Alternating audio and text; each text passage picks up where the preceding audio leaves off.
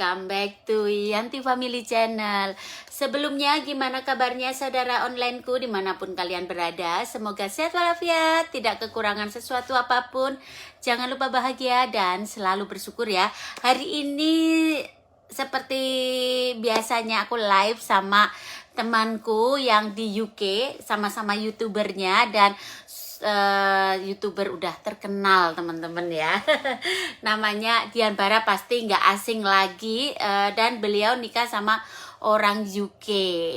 Nah, sebelum beliau gabung kita mau nyapa-nyapa dulu atau aneh-aneh wae. aneh-aneh wae.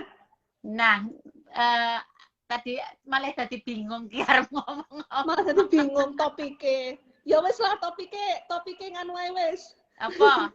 Topiknya ya, Tak tengok ini masalah kan kamu mau melahirkan. Aku udah itu pokoknya topiknya masalah pengalaman lahiran. apa, tanya apa lah. Oke, ya gitu. wes. Oke, aku mau nanya nih ya. Aku mau nanya sama Mbak Yanti karena Mbak Yanti udah lahiran. Ojo wes.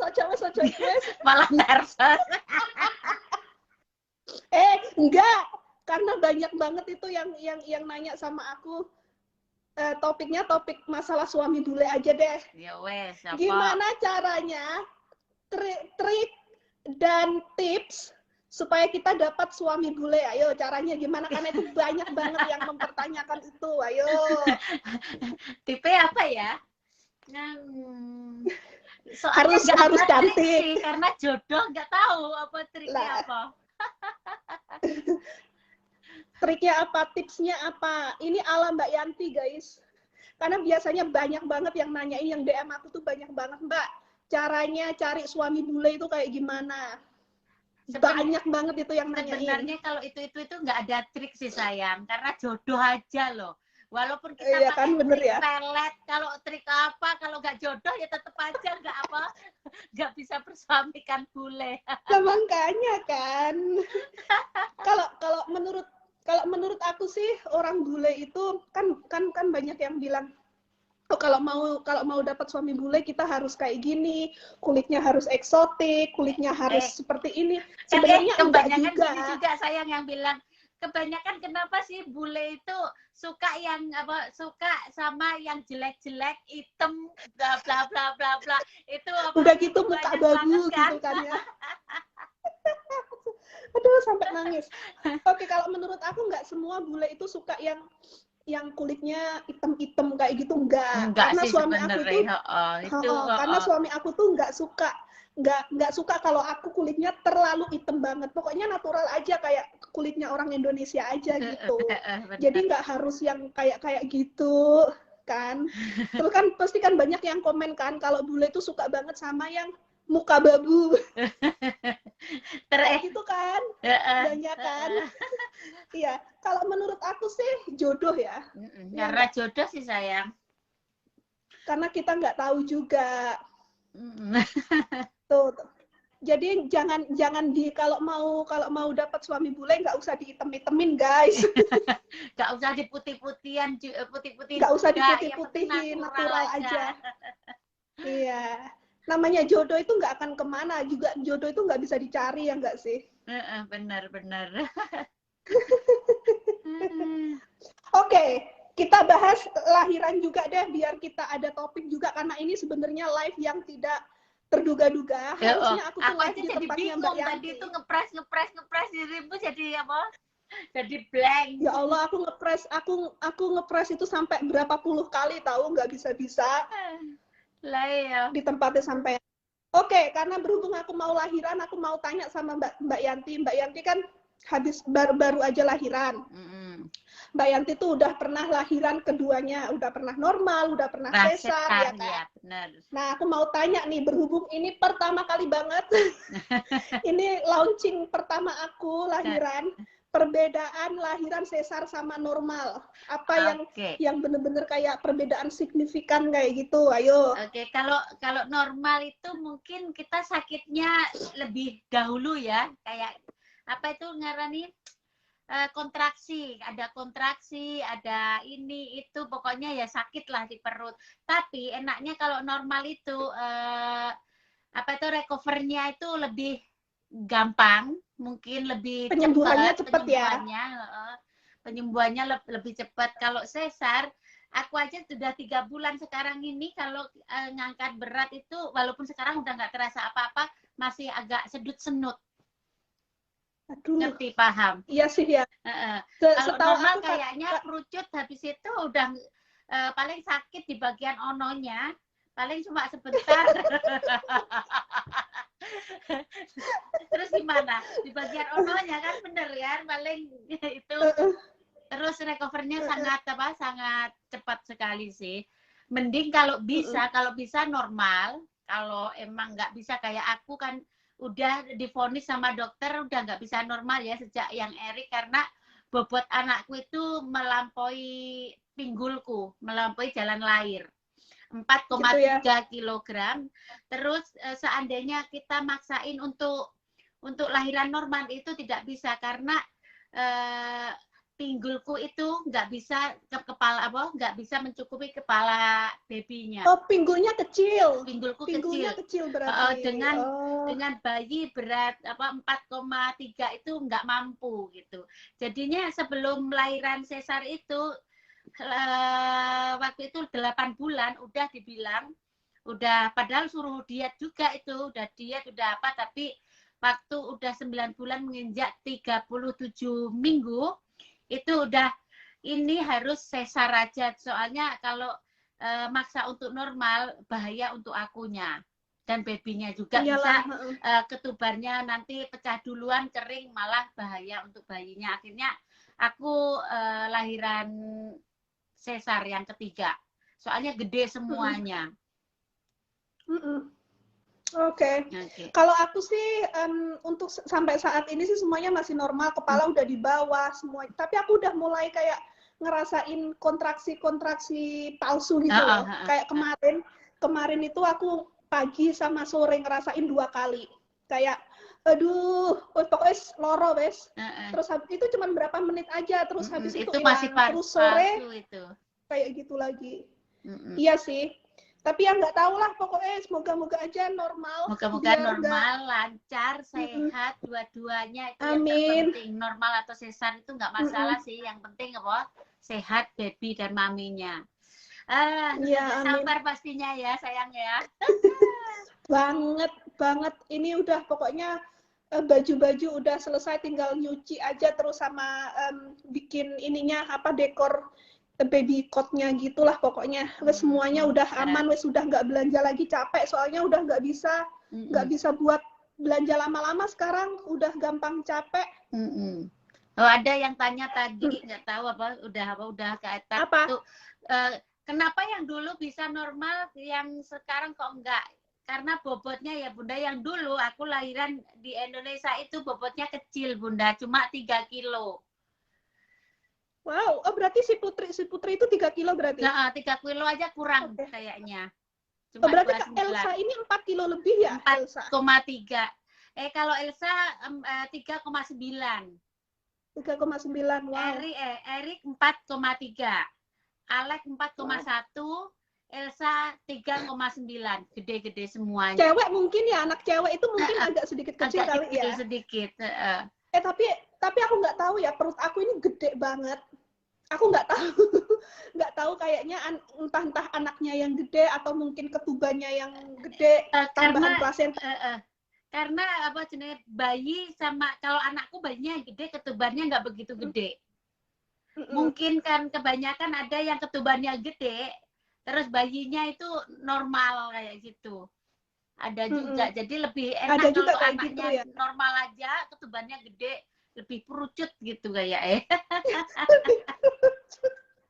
Iya sih, ya nanti dilihat. Soalnya aku kalau melihat sampai ada yang bilang gini, Mbak, kamu hamil kembar ya, sampai ada yang ngira aku hamil kembar. Enggak, aku hamil cuma 1 doang, tapi ya nggak tahu kan, kita nggak bisa kontrol ya gede kecilnya perut ya. Kita nggak bisa. Aku juga makannya normal, maksudnya ya normal, kalau lapar makan. Ya kayak gitu, maksudnya itu nggak sampai yang makan sampai prinsipnya orang kan kadang kalau hamil harus makan double karena kan makan untuk berdua. Kalau aku nggak kayak gitu, yang penting aku lapar makan kayak gitu ya. Malah sebenarnya kalau hamil itu malah nggak bisa loh makan banyak. Soalnya kalau apalagi kalau udah gede gini kan agak banyak aja udah kayaknya penuh banget di sini, jadinya betul, udah nggak enak sekali. Apalagi kalau udah masuk trimester ketiga ini makan banyak itu langsung aduh rasanya gak enak. Iya memang parah itu. Lah iya. Iya tapi nggak tahu lah nanti pokoknya piye-piye yang penting udah mempersiapkan semuanya, entah itu normal atau sesar wes wallahu alam wes apa cari dokter. Bener. Iya kan, aku sama aja. Gitu, yang penting apa sehat. Tapi jujur ya, aku tuh kepengen banget lahiran di rumah tahu. Pengen banget. Tapi kalau di luar negeri walaupun lahiran di rumah semuanya siap. Iya, semuanya siap dari dokter sama itu semua juga bisa. Kalau kita pengen lahiran di rumah bisa banget, dokter sama suster berapa ke rumah. Tapi itu kalau benar-benar bayi udah diukur bisa lahiran normal loh. Tapi kalau udah nggak bisa diukur dengan lahiran normal harus di rumah sakit, soalnya alatnya lebih komplit di rumah sakit. Jadi aku tuh mikirnya tuh gini kan, kayaknya kalau misalkan lahiran di rumah kayak lahiran di alam gitu ya, ditemani sama suara burung kan kayaknya asik gitu ya, kepengennya pikirannya tuh kayak gitu. Tapi suamiku nggak boleh. Risiko juga sih sayang, risiko juga. Kita mikirnya yang baik aja sih. Mikirnya gini, nanti kalau kita kadang-kadang walaupun lahiran normal ada yang pendarahan, ya toh. Kalau pasti. Kalau kita di rumah bingung kan, kalau di rumah sakit otomatis stok darah ini itu udah langsung infus, langsung maju, semua maju kayak gitu. Kalau di rumah masih bingung nanti. Iya betul. Itu yang tiba-tiba ada masalah apa gitu. Kadang-kadang. Soalnya kalau suami aku sih bilangnya katanya nunggu bayi kedua dulu deh. Kalau bayi kedua sekarang kan soalnya kan kadang kalau bayi pertama itu takutnya, kalau aku kan nggak pernah lahiran ya, takutnya kalau misalkan ada apa-apa kan emergency kayak gitu loh. Makanya jangan dulu deh, nanti kalau misalkan anak kedua mungkin gitu boleh. Lah iya, gitu. Baju barunya Mbak Dian langsung pakai. Enggak, aku itu video itu aku udah bikin dari beberapa hari yang lalu guys. Ini udah aku cuci, langsung aku cuci. Jadi videonya baru upload gitu, karena aku nggak punya baju yang muat. Lah iya. Jadi harus langsung dipakai. Mbak Dian asli dari Jawa mana kok bahasanya lancar, bahasa Jawanya lancar sekali. Jawa rek, aku wong Banyuwangi. Podo-podo Jawa iki. Podo-podo. Saya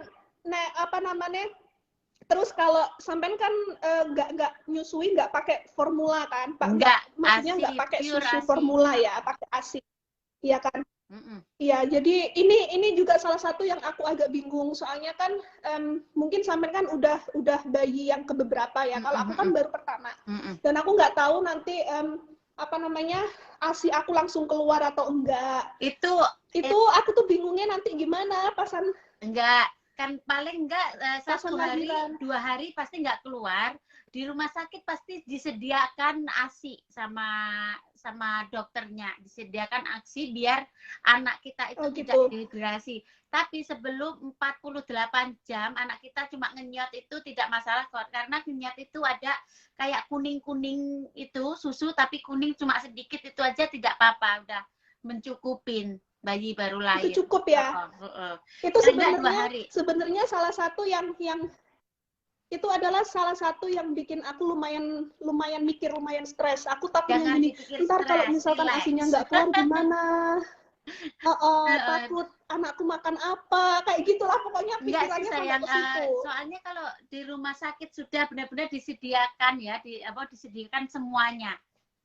kalau di sini apa anak kita seandainya kayak si Erik dulu ya, si Erik kan 3 hari atau 4 hari juga nggak keluar, tapi sama dokter dikasih ASI juga di rumah sakit kayak gitu, dari rumah sakit bukan formula. Ya, kalau sekarang sih aku udah konsumsi ASI booster ya. Sekarang aku udah konsumsi ASI booster, udah mulai. Terus aku juga udah punya pompa ASI juga. Jadi nanti pokoknya aku akan usahain gimana ceritanya, wes pokoknya berusaha aja gitu. Cuman kan yang ada di pikiran aku ntar kalau habis lahiran, kalau ASInya nggak langsung keluar, anakku makan apa? Jadi aku tuh sempat mikir kayak gitu loh. Pasti ya, pasti keluar 2 hari 3 hari keluar pasti. Pokoknya keluar ya bismillah wes pokoknya. Sering-sering dikenyutin ke puting kita, anak kita. Itu pasti cepet banget itunya keluarnya. Teman-teman Mbak Dian banyak hamil apa nih? Aku udah yakin pasti nular dan bener kan semua. Oh, teman-teman Mbak Dian udah pada hamil. Aku yakin pasti nular dan bener kan semua teman Mbak Dian udah lahir sekarang tinggal ya amin. Iya, jadi dulu itu ya sayang ya. Dulu itu tapi aku sama Mbak Yanti itu hamilnya selalu bareng loh, guys. Yang tahun berapa itu sayang? Tahun lalu sayang tahun 2020 yang aku keguguran. Sampai juga keguguran kan? Nah, itu kita hamil bareng, guys. Aku sama Mbak Yanti itu aku hamil duluan. Terus habis itu Mbak Yanti hamil, terus aku keguguran, Mbak Yanti keguguran. Jadi kita bareng-bareng hamil, tapi bareng-bareng keguguran. Terus habis itu 1 tahun berlalu, Mbak Yanti hamil duluan. Maksudnya hamil duluan, udah nikah maksudnya. Mbak Yanti hamil, terus aku tuh mikir, ya Allah Mbak Yanti udah hamil lagi, kok aku belum ya, gitu kan. Terus tapi kan kita sering video callan ya sayang ya, setiap hari kita video call. Terus habis itu, tiba-tiba aku hamil. Ya kan, teman pertama yang aku bilangin kalau aku hamil tuh Mbak Yanti yang tahu kalau aku hamil. Ya kan waktu itu kan. Ayalah kamu pasti hamil itu, lihat bodimu, aku bilang gitu ya kayaknya. Iya, aku bilang enggak lah hamil apaan. Terus akhirnya aku nggak kuat, ya udah aku bilang iya aku hamil. Jadi waktu itu Mbak Yanti hamil 5 bulanan, terus aku baru hamil ya. Nanti kita cuma bedanya 6 bulan kayaknya Elsa sama Gendo ya. Udah baby gender udah deh. Iya, 5 bulan lah. 5 bulan baru Gendo. Aku sudah keceplosan. Iya gitu. Jadi kan udah baby gender. Iya udah makanya. Tapi masih banyak yang nggak tahu. Masih banyak yang nggak tahu, bahkan sampai lah enggak, maksudnya mungkin ada yang banyak yang belum nonton video baby gender kali ya. Jadi tuh banyak yang komen, ini kayaknya anaknya cewek deh, perutnya gini. Ya emang cewek karena kan udah baby gender. Tuh Mbak Yanti mau banget disapa sama Mbak Yanti tuh, Mbak Halo Yanti. semuanya, terima kasih ya sudah di fanpage-nya Mbak Dian Bara. Mungkin besok atau besok lusa atau kapan-kapan kita bisa gabung, dicoba aja kalau pas aku live dicoba lagi. Iya, nanti deh aku settingannya aku cek lagi karena aku belum pernah join live-nya orang. Jadi hari ini tuh pertama kali banget aku mau join ke tempatnya Mbak Yanti, ternyata nggak bisa guys. Aku nyobain sampai banyak kali pencet nggak bisa. Oh ini udah waktunya berbuka puasa ya, selamat berbuka puasa ya teman-teman. Puasa kita undur diri aja ya sayang ya. Apa? Iya wes. Ya wes. Iya karena teman-teman udah mau maghrib juga. Mau maghrib di Indonesia. Ya wes, love you all. Terima kasih sudah gabung semuanya. Bye, makasih Mbak Yanti. Stories, I'm a fool for your love.